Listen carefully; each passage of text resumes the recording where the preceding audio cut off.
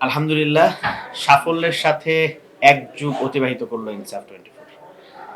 ইনসাফের এই পথ চলায় একটা সময় যখন ফ্যাসিবাদের বিরুদ্ধে যখন আমরা কোনো সোশ্যাল মিডিয়া অথবা মেইন স্ট্রিম মিডিয়াকে তেমন বলতে শুনি নাই অথবা বলার কোনো সুযোগ ছিল না, সে সময়টাতেও আমরা দেখেছি যে সাহসিকতার সাথে ইনসাফ তার সংবাদ মাধ্যমের দায়িত্ব পালন করেছে।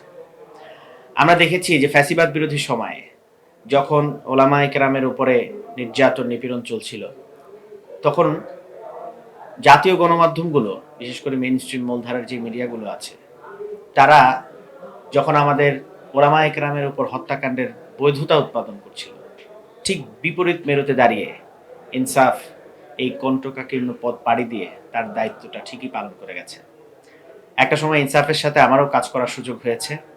ইনসাফের একজন সাবেক সহকর্মী হিসাবে আজকে সাফল্যের এই এক যুগ পর সফলতার সাথে যে পথ ইনসাফ পাড়ি দিয়েছে, সেই পথ পাড়ি দেওয়ার জন্য ইনসাফকে অভিনন্দন জানাই। একটি দক্ষ টিম একদম শুরু থেকেই, সেই ২০১৪ সাল থেকে নিয়ে এই পর্যন্ত একজন সাহসী সম্পাদকের হাত ধরে ইনসাফ আজকের এই পর্যায়ে এসে পৌঁছেছে। ইনশাল্লাহ আমরা আশা করব দীর্ঘ এক যুগ যেমনিভাবে তারা তাদের দায়িত্ব পালন করে গেছে নিষ্ঠার সাথে, আগামী দিনেও আস্থা এবং জনগণের প্রত্যাশাকে ধরে রেখে ইনসাফ যথাযথভাবে তাদের দায়িত্ব পালন করে যাবে ইনশাআল্লাহ।